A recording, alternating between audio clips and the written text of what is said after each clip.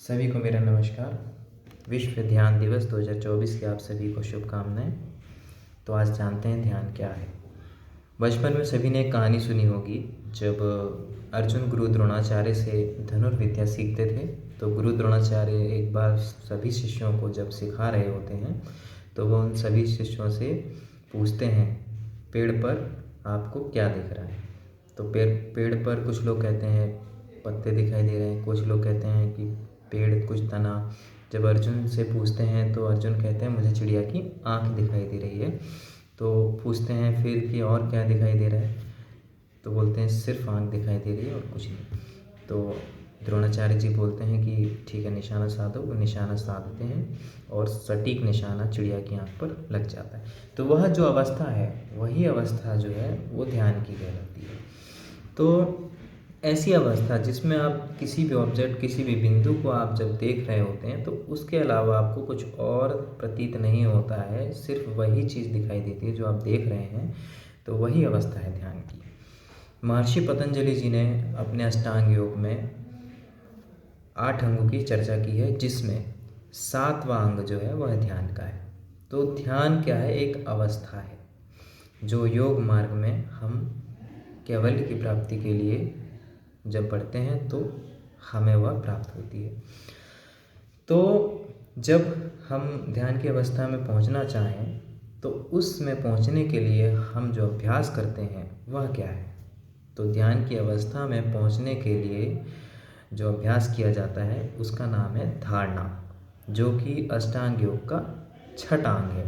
तो जब हम किसी भी एक बिंदु पर एकाग्र होकर लंबे समय तक निरंतर अभ्यास करते हैं देखने का, उस बिंदु को या फिर किसी ऑब्जेक्ट को या किसी, जैसे ईश्वर की मूर्ति है, उन्हें देखने का हम प्रतिदिन अभ्यास करते हैं। तो जैसे जैसे हम आगे बढ़ते हैं तो हमारा एकाग्रता जो है हमारी बढ़ती जाती है। तो वह ही धीरे धीरे करके जब हम एक स्टेज पे पहुंचते हैं तो उस समय जब हम पहुंच जाते हैं लास्ट स्टेज पे, तो जिस बिंदु को हम देख रहे होते हैं तो सिर्फ वही दिखाई देता है और कुछ भी दिखाई नहीं देता। सिर्फ उसी का ही अब हमको प्रतीति होती है, आभास होता है। जो बिंदु हम देख रहे हैं या जिस ऑब्जेक्ट पर हम ध्यान लगा रहे हैं, जिस पर हम एकाग्र होने की कोशिश कर रहे हैं, सिर्फ वही दिखाई देता है और कुछ भी नहीं। तो उस अवस्था को हम कहते हैं ध्यान, जो कि अष्टांग योग का 7वां अंग है। तो यहाँ समझ में आ जाता है कि ध्यान जो है एक अवस्था है और उस अवस्था में पहुँचने के लिए किया गया जो अभ्यास है वह है धारणा। तो जब धारणा का हम अभ्यास करते हैं तो लंबे समय के बाद हम ध्यान की अवस्था में पहुँचते हैं। फिर ध्यान की अवस्था में पहुँचने के बाद हम फिर उस ध्यान की अवस्था में लंबे समय तक बने रहें, तो फिर हम उसका अभ्यास और आगे निरंतर करते हैं ध्यान की अवस्था में। तब हम अगला जो अवस्था है उस पे पहुँचते हैं, जिसे कहते हैं समाधि, जो कि अष्टांग योग का 8वां अंग है।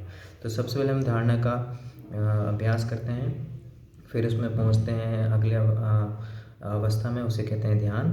फिर उसके बाद पहुँचते हैं समाधि। इसके पहले भी और कुछ स्टेप बताए गए हैं, तो चूँकि हम सिर्फ ध्यान की चर्चा कर रहे थे इसलिए 3 जरूरी बातें हमने बताई। तो ध्यान की अवस्था में पहुँचने के लिए किया गया अभ्यास धारणा के बाद हम अवस्था में पहुंचते हैं ध्यान के, फिर उसके बाद पहुंचते हैं समाधि के। और जब समाधि में पहुंच जाते हैं तो उसके बाद हम अपने आप को ईश्वर के प्रति समर्पित कर देते हैं। मैं का भाव खत्म हो जाता है। आत्मा का जब परमात्मा में मिलन हो जाता है तो फिर जो अवस्था हमें प्राप्त होती है उसके बाद उसे कहते हैं कैवल्य की अवस्था, जिसे आत्म साक्षात्कार कहते हैं। मोक्ष की अवस्था, जो जिसे मोक्ष की अवस्था कहते हैं, और वही है जन्म मरण के बंधन से मुक्त हो जाना। फिर आपको दूसरा जन्म नहीं लेना।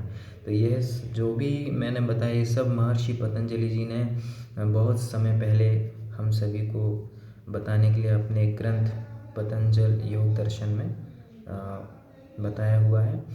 और कभी आप इसके बारे में अगर जानना चाहें तो उस बुक के माध्यम से भी आप देख सकते हैं।